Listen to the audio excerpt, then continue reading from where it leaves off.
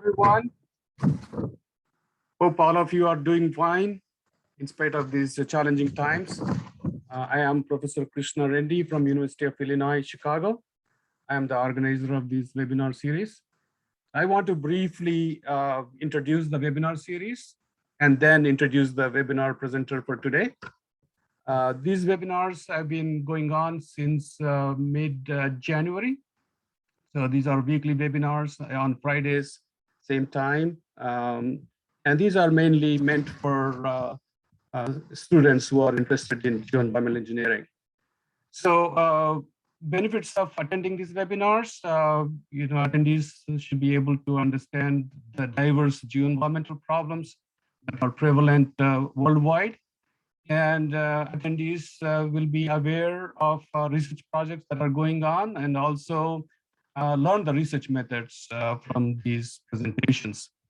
And develop ideas for geoenvironmental engineering research, especially graduate students who are looking for new ideas for doing the research. And finally, attending these webinars, you are able to be part of a network of geoenvironmental engineering researchers. And of course, you can have contact with them for interactions with them even after this webinars end. So we have a webinar scheduled until the end of this year. You can see the schedule here. I will send this file to you during the presentation or at the end of the presentation. So there are a wide range of topics and expert speakers. So hope you would be interested in some of these presentations. Some of the past webinars have been recorded. So it's nice if you can go back and look at what were the topics, and you can view those videos if you're interested. So regarding today's webinar, as of this morning, we have 616 registrants. So I suggest everyone to mute your mic and switch off your video. Type your questions in the chat box during the presentation at any time, and our presenter will answer at the end of the presentation. And I want to thank you all for joining this webinar. So let me introduce the webinar speaker today. Our presenter today is Dr. Carlos Santamarina. He will be talking about bio-mediated and bio-inspired geotechniques. Currently, Professor Santamarina is Professor of Energy Resources and Petroleum Engineering, and he is also Associate Director of the Al-Naimi Petroleum Engineering Research Center at King Abdullah University of Science and Technology, which is also known as KAUST in Saudi Arabia. Professor Santamarina received bachelor's degree from the Universidad Nacional de Cordoba in Argentina, master's degree from University of Maryland, and doctoral degree from Purdue University, all in civil engineering. Professor Santamarina taught at NYU Polytechnic, University of Waterloo, and Georgia Tech before joining the current university, KAUST, 5 years ago. His research expertise is very broad, mainly focuses on the science of geomaterials and engineering solutions, especially to address global energy challenges. He has published 2 books and more than 400 excellent publications. He received many awards, including ASCE Terzaghi Lecture, ASTM Hogan-Tagler Award, British BGA Turing Lecturer, Saudi Al-Kasabi Award, and more importantly, he is also a member of both Argentinian National Academies of Science and Engineering. He has advised many doctoral students and visiting scholars.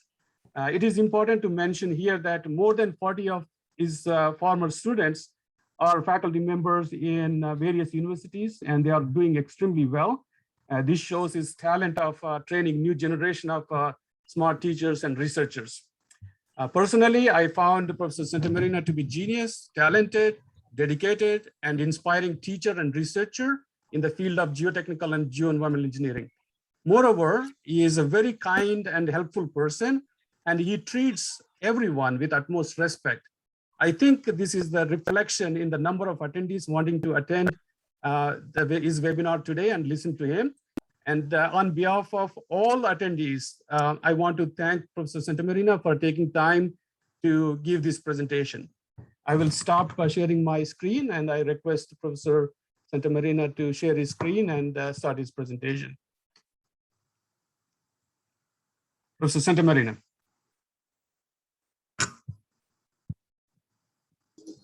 Sorry, folks, I just I thought I was doing it right. Let me start again, share screen. We'll go here, share. And just bear with me for a second so I remove everything that is on the screen that will hide the pictures and will hide the controllers. Well, Krishna, what a generous introduction. I'm very grateful to you and to all of you who are here present this Friday morning, Friday afternoon, wherever you are. I am very grateful to all of you as well. The title of the presentation has been mutated a little bit as part of the bio, I guess, and it is entitled Bio-mediated, Bio-inspired Geoengineering. And probably there is a subliminal message there. But let's start from, sorry, still don't have the controls. Let's start from a simple question. Imagine that you wake up one morning and you wonder how old the Earth is.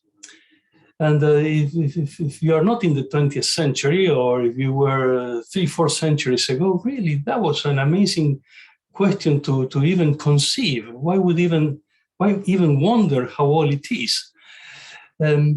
Well, in fact, it has been a most challenging question. And if you were 500 years ago, Bishop Ussher would only figure out that the Bible had the answers.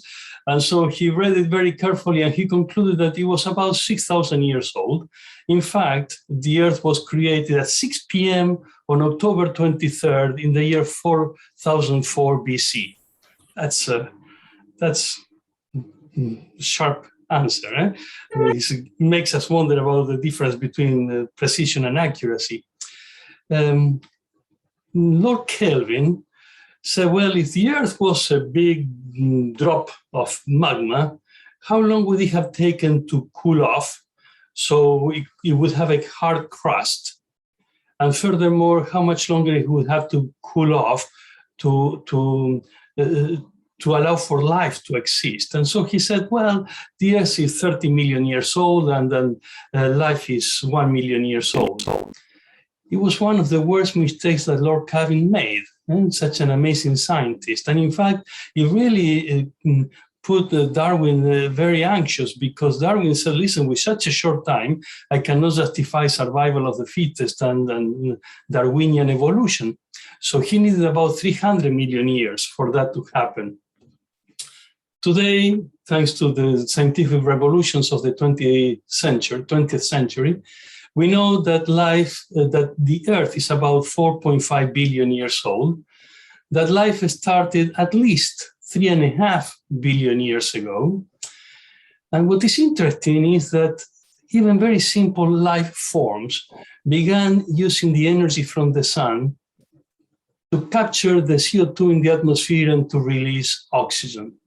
And in fact, the atmosphere changed from being a reducing atmosphere to being an oxidizing atmosphere, and the mineralogy of the Earth changed, the new minerals that were forming because of bioactivity. Multicellular bodies begin to develop in the 1.5 million years ago, 1.5 billion years ago, I apologize. And the Jurassic is the time where coal, petroleum, and gas really begin accumulating, probably starting at around 450 million years ago. Just to put a few more numbers, probably if we can all mute the cell phone, the mics will be easier. Just to put a few more numbers, ants appear about 200 million years ago, and the Homo sapiens is probably 300,000 years. As we know it, as we understand today, Lucy is 3.2 million years. But we still thought that the world was kind of abiotic from a microorganism point of view until we were able to see them with a microscope. And that is a great contribution of Van Leeuwenhoek. And I'm just going to end this series, this history, to remind us that the Industrial Revolution started about 200 years ago. We will come back to that. In any case, probably a message that we can take from here is that bioactivity has been critical in the shaping of the Earth. And in the Anthropocenic, clearly continues to be the case. So the presentation is organized in two sections. The first one, part one, is on bio-mediated. The second one is on bio-inspired. And I'm just going to go through examples, trying to provide persuasive arguments of the importance of these two lines of thinking and possible approaches to our research. The fact that the processes in the geological record have been biomediated is overwhelming. And in fact, today, you go and take a sample of relatively young sediments in Mexico City or in offshore in most parts around the world, and you will see these diatoms and foraminifera that are clear evidence of the presence of bioactivity. And therefore, I would like to cover today 4 topics related to biomediated processes. The first one is, are microorganisms happy in the pores within soils? I mean, there is a tacit assumption in biology that because of fast mutations and permutations, the life adjusted and to even the most extreme cases. Is that so for the case of soils? And I'll bring that in more detail in a few minutes. What about stimulating bioactivity to produce gas? There may be benefits, or to drop cement, or to clog pores. Let's explore these 4 cases in this presentation. So let's start with the first one. And the question is there life in pores? What are the constraints? And so the first thing that we need to realize that the nominal scale for a monocellular microorganism is a micron size. I mean, it could be more of a sausage, where it's longer and cylindrical. But the fact is that there has to be a minimal volume to have the organelles and the DNA and all the components of the cell in order to sustain life. And so let's use this micron size, nominal size. And then we have to wonder, what is the size of pores? Clearly, the size of pores, if you think of a packing of ping pong balls, is about half of the size of a ping pong ball. That will be the size of a pore. But what happens when, so that means for 1 micron, we could have ping pong balls of 2 micron size. And that is telling us that as we are approaching clays, the pore size is getting significantly small, and we have to wonder about life in small pores that are clay dominated. Also remember that as particles become smaller, they are not ping pong balls, they are going to look more like thin platelets or tubes. And so we decided to test this hypothesis, and what you see here are 6 different odometers. These are pneumatic cylinders, and the little pistons beneath, the little cylinders beneath are indeed the small odometers that we were able to sterilize and work under very controlled environmental conditions and biological conditions. And then we began squeezing these soils mixed in with water, with bioactivity and nutrients, with bacteria and nutrients, and we began squeezing them at different effective stress to simulate different depths. And this is the conclusion from this study. If you're squeezing sand or silts, by the time you're done, you break the specimen, bacteria are there, active and happy. However, if the particles are small and you begin squeezing them, at the beginning they are trapped because they cannot go through the pore throats, but they may survive. And some microorganisms that form spores may remain in that form for centuries, millennia. However, if we keep squeezing, imagine like having a small, very thin water balloon, which is what a microorganism is. Eventually, the platelets of the clay can puncture the balloon and break it and sterilize the soil. And we observed that experimentally. So not only they were inactive, we could also squeeze them and burst them out. Now, there is a problem. The pores in soils are not all the same size. In fact, if you do a mercury intrusion porosimetry, or even if you do a detailed scanning electron microscopy, etc., you can begin doing a statistical assessment of pore size. And in a log scale, they follow a log normal distribution. So in a log scale, it looks Gaussian.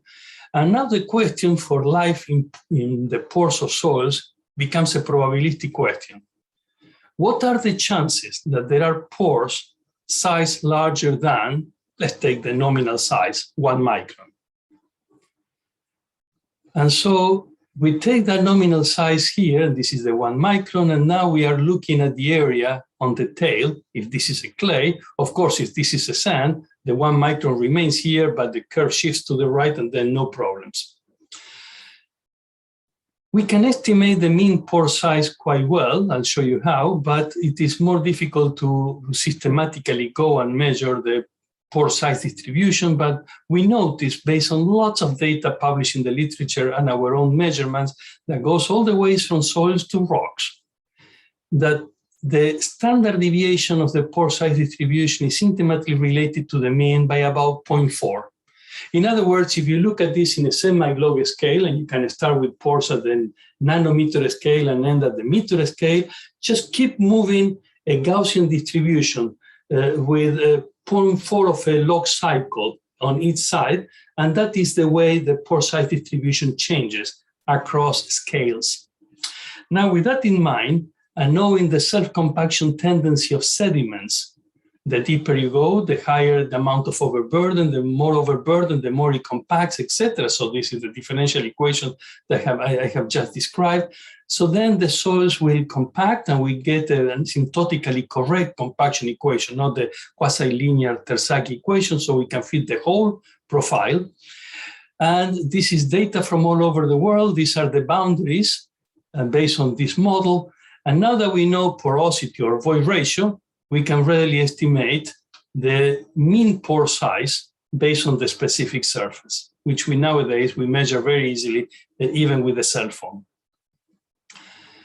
And so now we have the mean pore size changing with shrinking and getting smaller with depth, and the pore size distribution related to the mean pore size through the relationship expressed before. And now we can go to all we have thousands of wells of the deep sea drilling project, and we have estimated the viability of microorganisms with depth, and we match it on spot almost all the time just by understanding the self-compaction tendencies of the soil, their specific surface, and predicting the pore size distribution. Summary. If you read the books in biology, we will typically conclude that the critical factors for life will be water, nutrients, energy, environmental conditions, temperature, pH. As soon as we come into the subsurface, we have to add one more critical factor, which is pore size. And then we can use a revised soil classification system, the one that is floating around. Some of you may have encountered it, which is very nice because it really allows us to estimate the mean pore size. And because if it is fully clay dominant here at the top of this triangle, then the pore size is controlled by the clay. If it is a clean sand or gravel, it's controlled by the sand or gravel. And then the question in the revised soil classification is, how much fines do I need to fill in the voids so the void size becomes fines control? That's the essential question. And now I can use the revised soil classification to anticipate where will I find the possibility of life in the subsurface. If your soil mixtures of sand, gravel, fines involves fines of low plasticity, these are silts and sands. Yes, the liquid limit of a silt and a sand is about 25-30. Go back to the Casagrande chart if we can analyze it together. Basically, if the water content that saturates, the liquid limit is at saturation, is the water content that saturates the sand at Emax. And that will give you about 25-30%. So anything that will plot, and that range is basically a silt or a sand, you can have bioactivity everywhere. But if you have, let's say this is a kaolin, now you have bioactivity. The bioactivity is limited to less than 10% of kaolin. Otherwise, you don't have enough pores in that mixture of large enough to host life. And if it was a higher plasticity, this would be an elite, for example. We are still not in bentonites, we're still not in Mexico City clays, just an elite. The amount of fines that you can hold and still have life is very small. It's going to be less than 5%. So we have addressed the first question, can we hold life in the subsurface? And the answer is yes, if you have coarse-grained sediments and the amount of fines is very small, particularly if they are plastic fines. Then the second question was, can we stimulate bioactivity to release gas? And the most common gases that the bioactivity produces, biogenesis, would be methanes and CO2. And that is the bubbles that come out all the time when you step on a muddy river, or I can think of the Chattahoochee in Atlanta, or as soon as you step in, you see all the bubbles coming out. That is either methane and or CO2, biogenic. You can also generate nitrogen bubbles, and there may be advantages to that because it has very low solubility. Otherwise, the CO2, for example, will dissolve in the water and will just go in the advective regime and wash away, like Coca-Cola, highly dissoluble. And you don't want to have methane because if it leaks into your house, it can blow up your house. And so nitrogen has other consequences. So we have to be very careful of the choice. But why do we want to have bubbles in water? Because as soon as we have bubbles in water, the water becomes very compressible. Otherwise, you know that the bulk stiffness of water is very, very high. That supports all the hydraulic systems around the world. And so we can go and do a simple analysis of what would be the bulk modulus of the fluid mixture of water and bubbles. And now the stiffness of bubbles is determined by the surface tension and the radius of the bubble. This is Laplace equation for those of you who explore capillarity. And so it turns out that the bulk stiffness of water is related to the degree of saturation, how much the volume of bubbles that we have. And this is really the weak factor. So it goes down very fast. You need relatively limited amount of gas to have very low compressibility. And if that happens, now the soil has low compressibility. And if the soil has low compressibility, let me go back. If the soil has high compressibility, if the water in the soil has high compressibility, then liquefaction would not happen, for example. And so the other conclusion from these relationships here is that if I measure the P-wave velocity, is directly related to this bulk stiffness of the soil mixture, which is a mixture of the skeleton, the water, and the bubbles. So with this in mind, let's do the following experiment. We're going to begin feeding in this container. We're going to begin, this is a sand saturated with water. We put microorganisms and we put nutrients and we let them generate bubbles. And at the beginning, the P-wave velocity for the first 4 or 5 days, the P-wave velocity is basically the P-wave velocity of water, 1,500 meters per second. But then as time passes by, bubbles appear, and the P-wave velocity decreases dramatically. With this P-wave velocity, there will be no liquefaction. And you can go back to charts by Ishihara and others. Now, if you have lots of bubbles, now they can have a gas-driven fracture, and the soil virtually forms a fracture that propagates up. It's like a burping of the soil. You lose the bubbles, and then they begin regenerating depending on the availability of nutrients. So we need to analyze it carefully. What is the grain size? What is the pressure for hydraulic gas-driven fractures, etc.? That is a serious possibility. Now, the other way to avoid liquefaction or to reduce the settlement of foundations is with cemented soils. And in fact, you can go back to the wonderful charts by Ant and Stokey, and earlier by Tokimatsu and Uchida, and you conclude that soils which have a overburden corrected shear wave velocity of about 200 meters per second, basically they don't liquefy. If they are so rigid that they cannot move relative to each other, then the grains will not fall in the voids in the contractive mode to cause excess pore pressure. In fact, cemented soils tend to be highly dilative. Even if the sand itself is loosely packed, the cemented soil is highly dilated because it breaks like blocks, like sugar blocks. And these sugar blocks tend to be very dilative. And so now the question is, can we use bioactivity to cause cementation to prevent liquefaction? The implications, money-wise, are huge, as you can imagine, and from the experience worldwide with liquefaction. And so let's analyze what the stiffness of the soil is at small strains, not when the fabric is changing. Before fabric changing, before the threshold strain, it is all about contact deformation. And why? Because we have a stress concentration at the contact. So as we load the soil, we cause deformation at the contact. So if we can put cement at the contact, this would be very effective. In the worst of all cases, if we can coat the whole particle, that will widen the contact as well. So then the question is, where does the cement go when we bio-cement? It could nucleate in the middle of nowhere. This would be pore filling.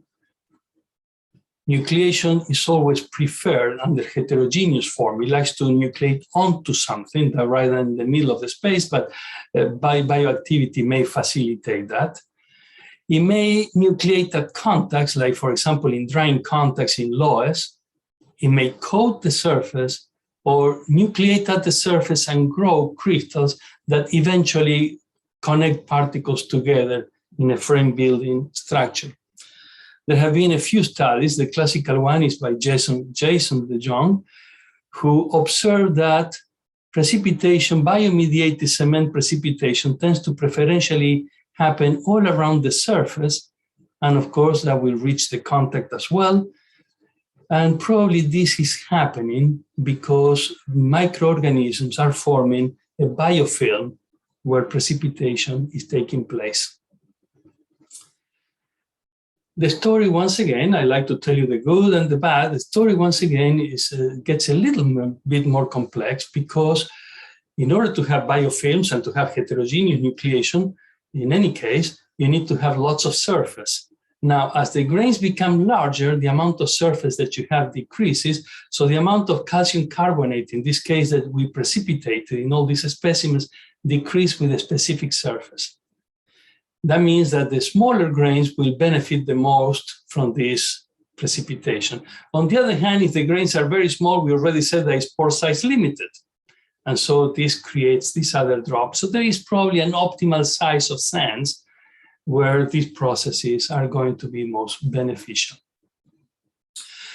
The fourth topic that I had intended to cover is what happens with these biofilms that we were talking about. How are they going to reduce permeability?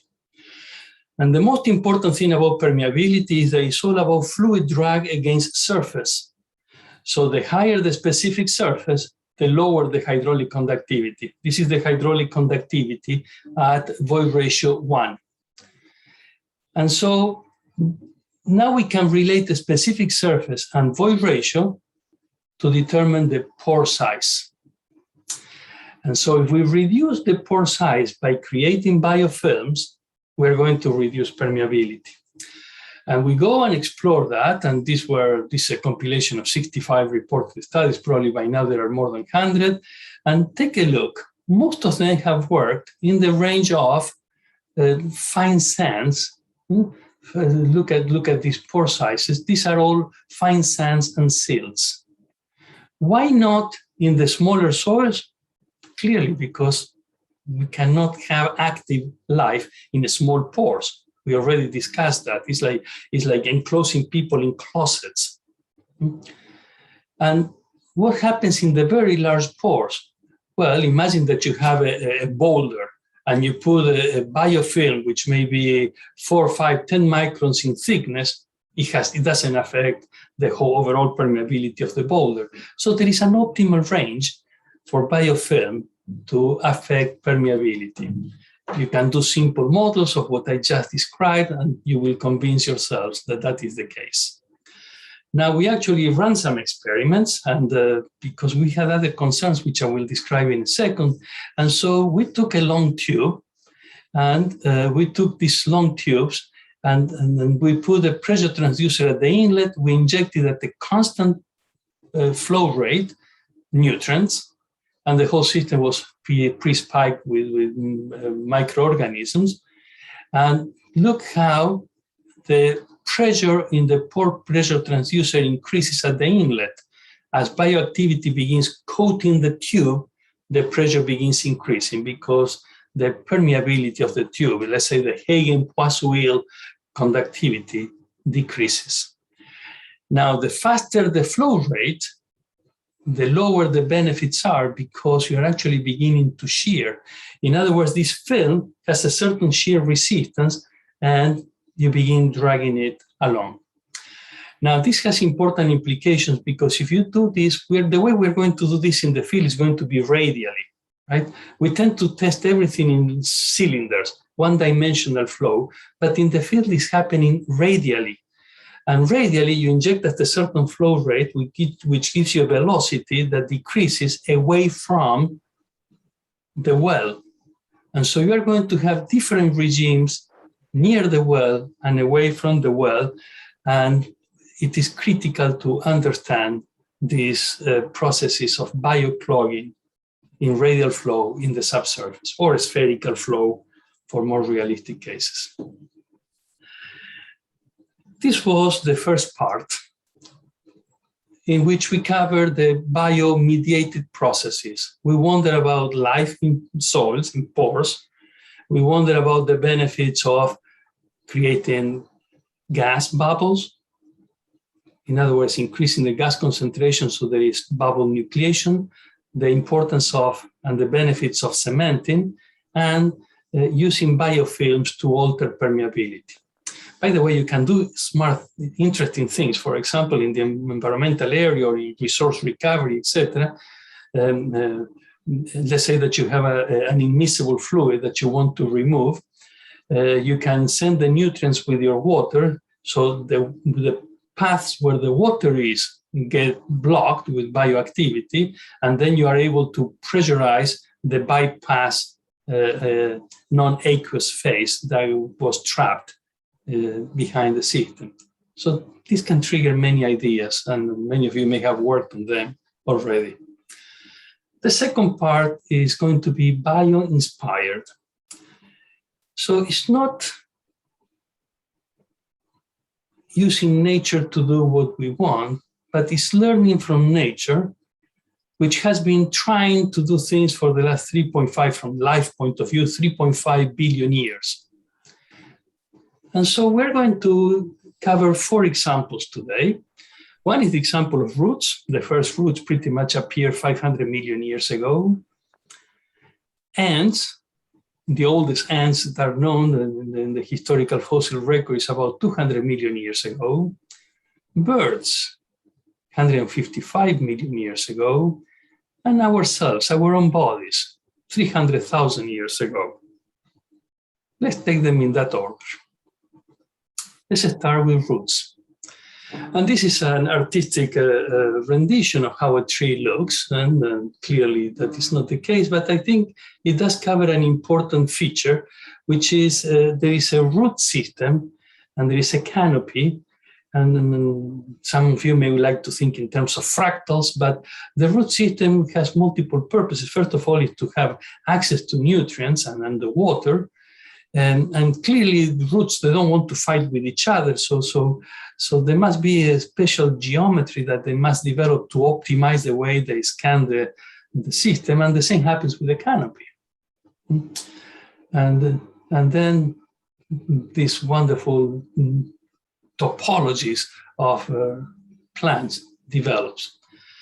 If you watch with time-lapse photography the growth of a navy bean, the germination of a navy bean, there goes the root, and then it's going to develop its own anchors at mid-height, and it keeps growing and then swiveling around, and now when it has enough reaction to push the bean up, if that's so, and the bean comes off, and if you wait a little bit, probably the shell, there is the shell, drop off, and right now the leaves have opened up. What an amazing physical phenomenon from primary school, but what a beauty. We have gone and explored this even further with Cino Vigianis and his team in Grenoble, and we were looking at with micro-CT before most of us got our own micro-CTs, and this was amazing in their devices. And this is the same bean at different stages of germination. At the very beginning, as it evolves, you see the intermediate roots coming up, and then we went in and we zoom in at the different roots, and we characterized the root shape. So the root here now is looking towards the left. This is the tip, and this is the shape of the root. And now we take this geometry and we put it in a finite element code. And this is the geometry, of course, with higher resolution in the discretization at the tip to avoid any instabilities. And then we put on this, yes, we artificially inserted in the system is in equilibrium. But at that point, we apply the turgor pressure, this osmotic pressure that roots develop with respect to the water. It's pure osmosis here. And we apply this turgor pressure like a hydrostatic pressure everywhere. And on the side of the root, it enforces compaction. The same, imagine of a carrot.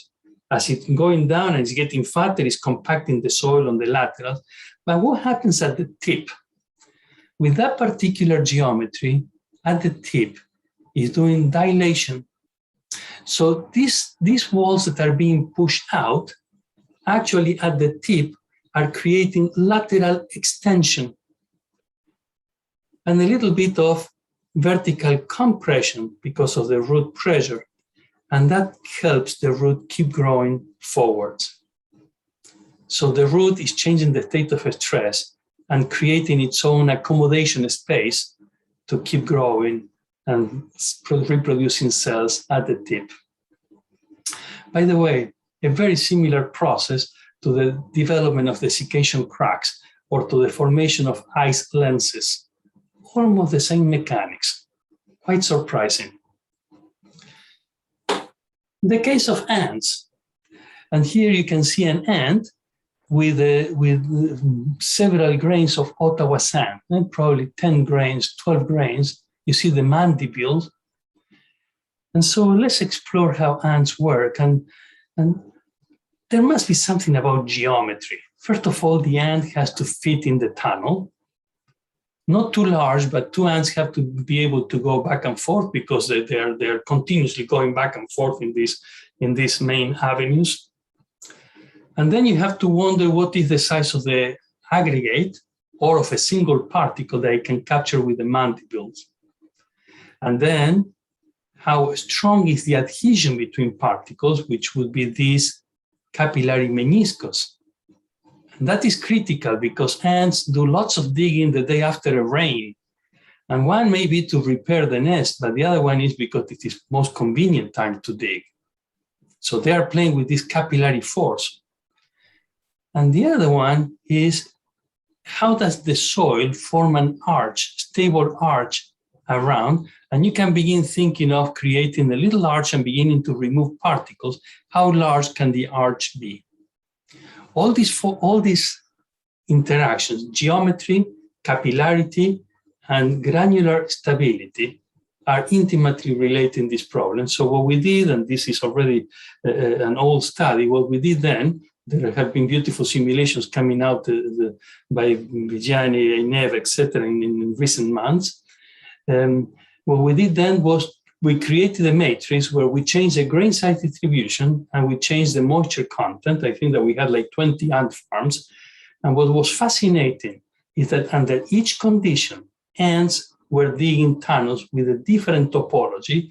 And when we reestablished the nests, they would once again recreate topologies of similar patterns.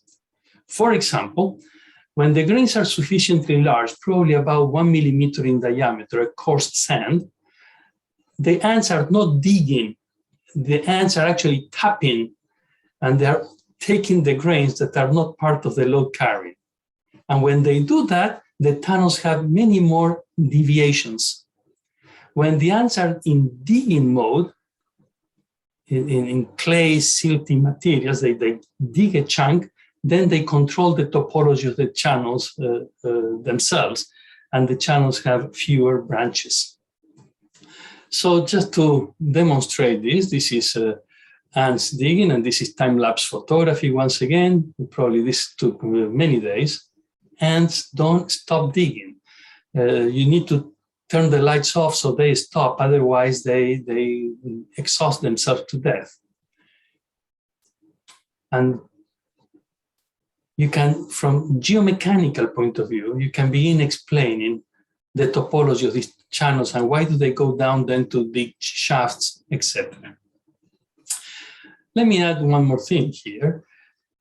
Ants are digging tunnels with 1% of 1%, in other words, 4 orders of magnitude more energy efficiency than we dig tunnels.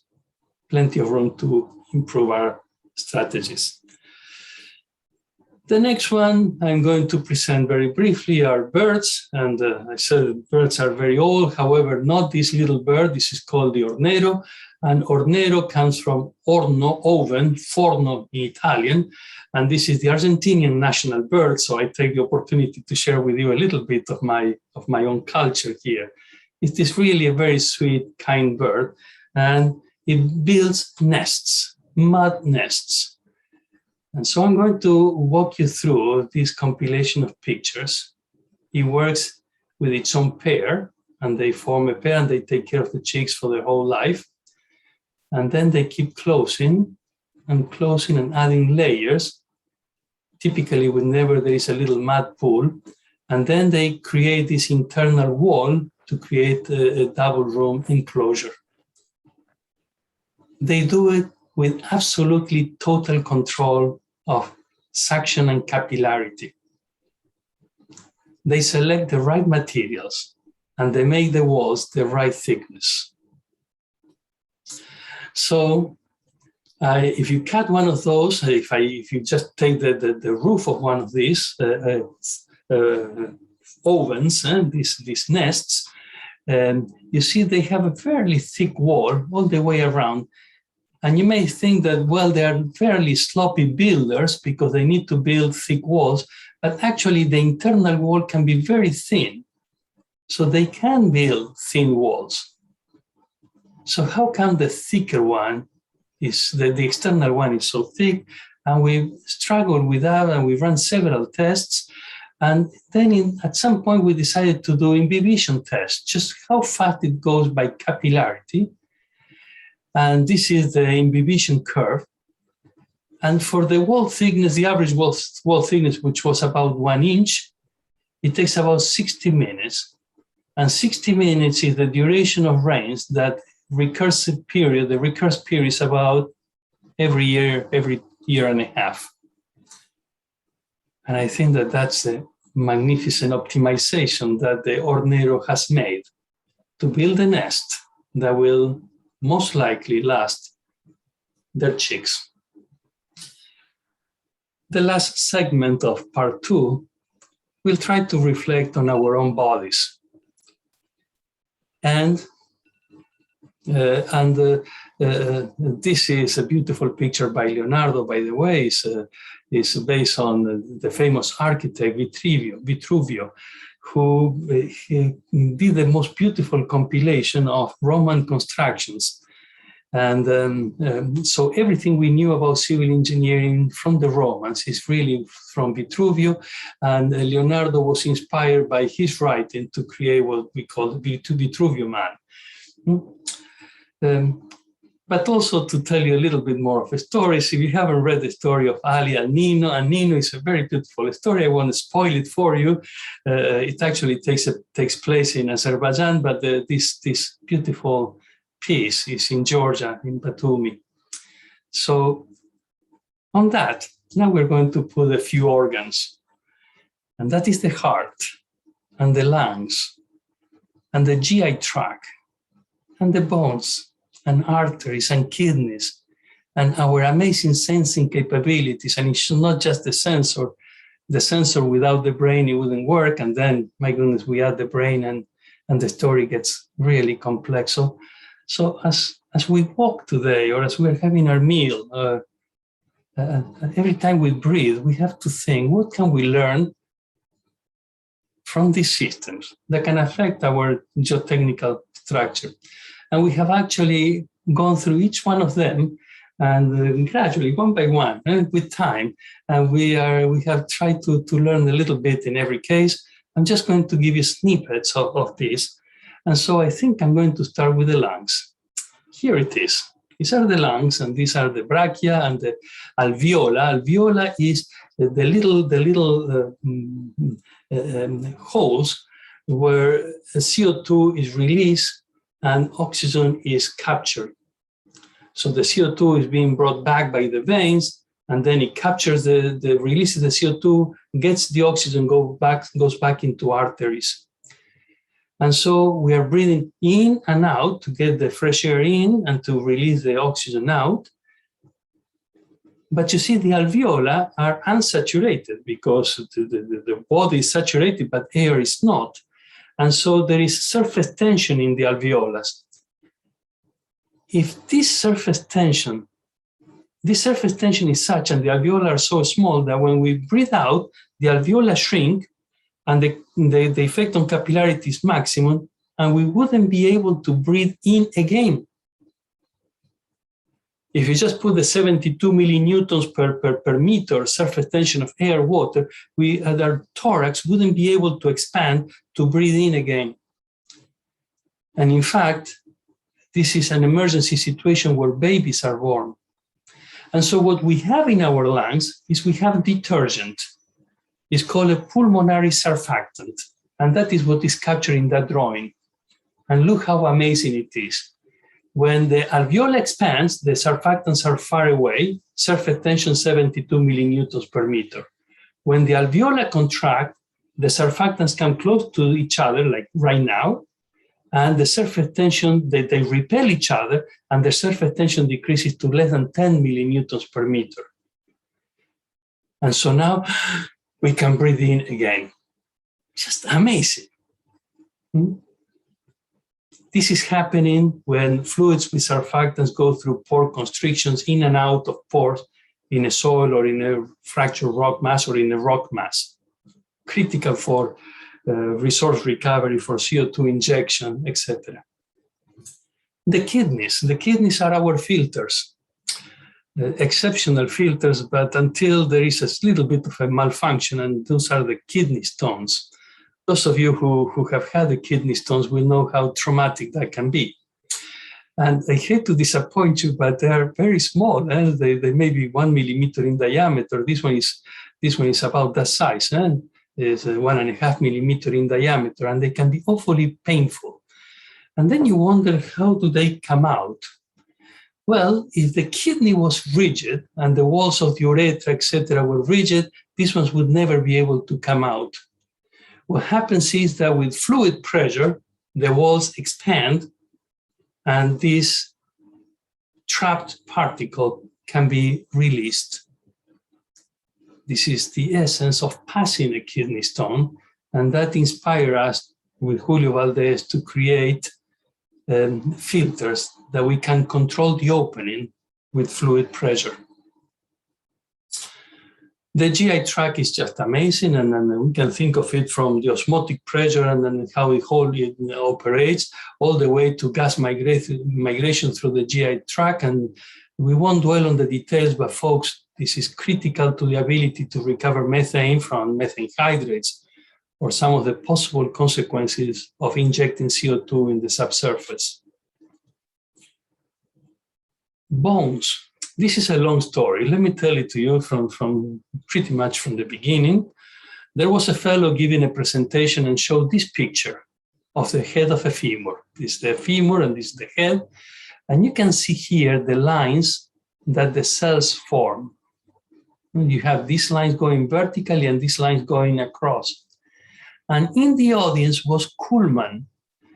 The old-timers in the audience may remember the Kuhlmann method for the design of structures.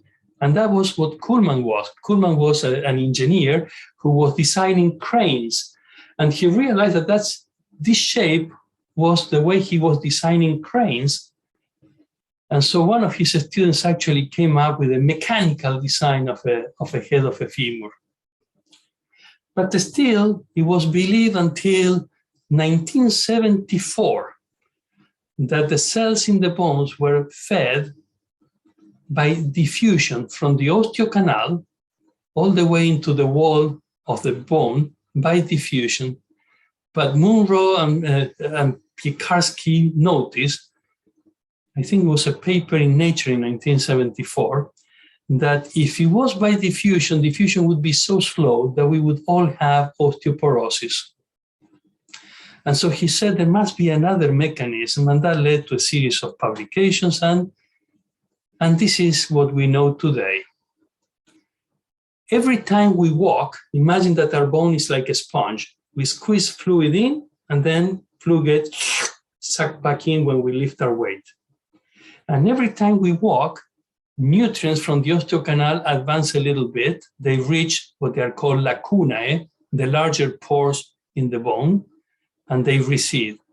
But when they recede, they leave something behind in the lacuna that got mixed with the fluid coming from the canals. And then the next time, they leave a little bit more, and whatever was there now begins to migrate and migrate. And so even though there is no steady state seepage, going in and out is the same volume, so the net flow is zero. Mixing in the lacunae leads to transport.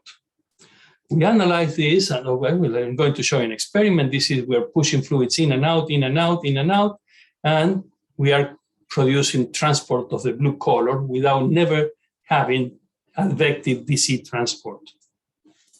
You can write the mathematics of this in discrete mathematics, and then you see the big picture, and you realize that you can feature discrete mathematics with fixed diffusion, where the diffusion coefficient now is related to the distance between the lacunae, the period of your cycle, the volume of fluid that goes in and out, and the volume of the lacunae.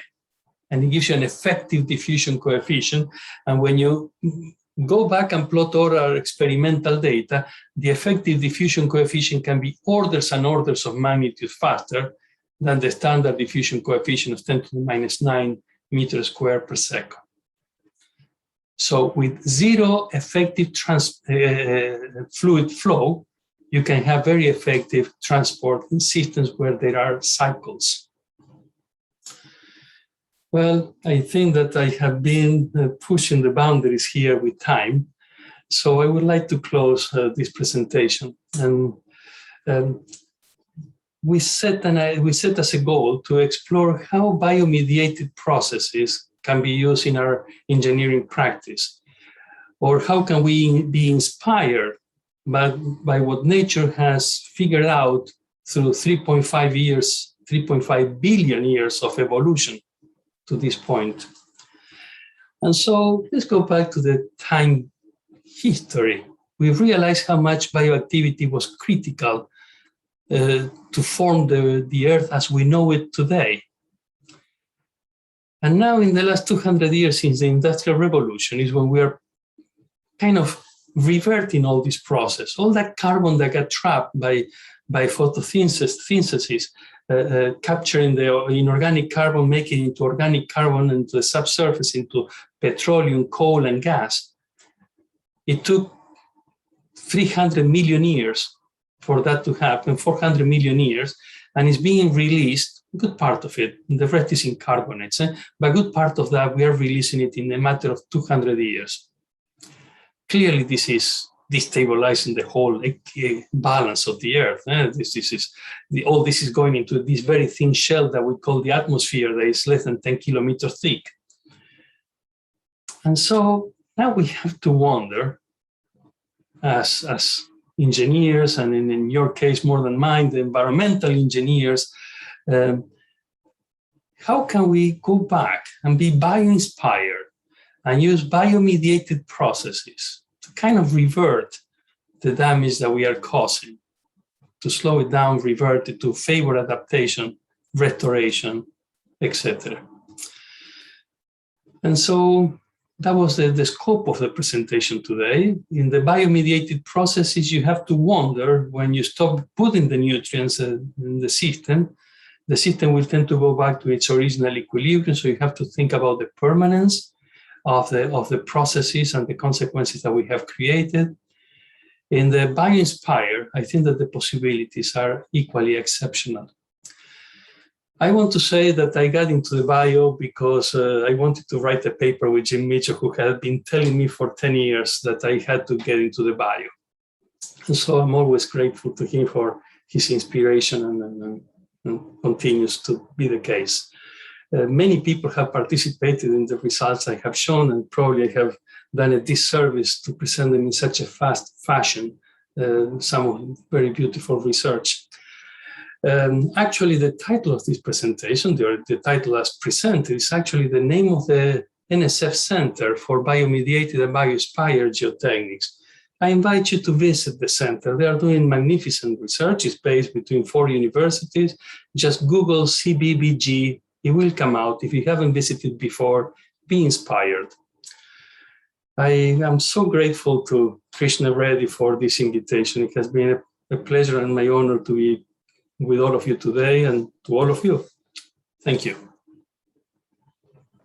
Wow, thank you so much, Carlos. What can I say? So we had about 225 participants from the beginning until the end. It looks like listening every second of what you say. It's a very thought-provoking and inspiring lecture, as usual. But I think some of the attendees are from different parts of the world. They probably never heard you, at least seeing you on a video. So we have participants from 50 different countries, and some of them are from very remote areas. So I'm sure all of them will appreciate your, inspiring ideas on what could be done in geotechnical and geoenvironmental engineering. So I will ask attendees to type their questions in the chat box, and Professor Santamarina can look at those questions and answer as many as he can. Professor Santamarina, if you can see the chat box and see, maybe you can start from the beginning and go down and see any questions that you want to answer. I will stop recording now so that just keep the Excellent.